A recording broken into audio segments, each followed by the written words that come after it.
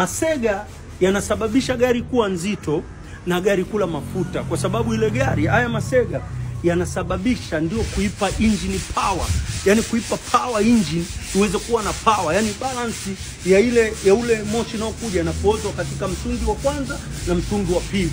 Umeshanielewa?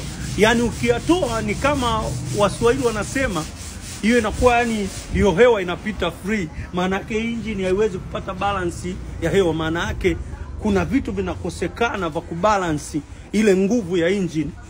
Hayo masega yanaleta balance ya engine kuweza kutulia, hewa inaenda kwa standard ambayo inayotakiwa. Ndio maana unakuta sasa gari kama haina masega linakuwa linanguruma sana vibaya, alafu hilo gari halitembei, maana yake mafuta hapo lazima yalike.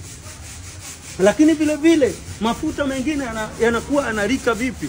Gari inaweza kulikuta gari ina misi, plug ni mbovu au coil ni mbovu. Umeshanielewa?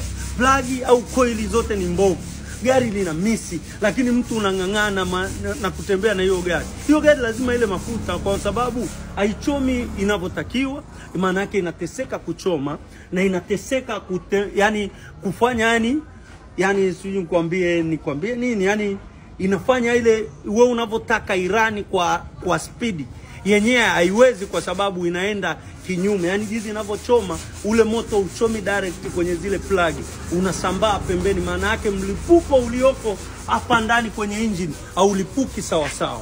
Umeshanielewa? Kwa hiyo gari ni lazima ile mafuta sana, hiyo gari itakula mafuta sana. Lakini vile vile kwa upande mwingine tena ambao tayari naotaka kukuzungumzia, mwingine anasema inakula mafuta, mbona plug ni nzima, mbona masega inayo, mbona coil inayo. Gari zingine ni za 4 wheel, unakuta mtu katia 4 wheel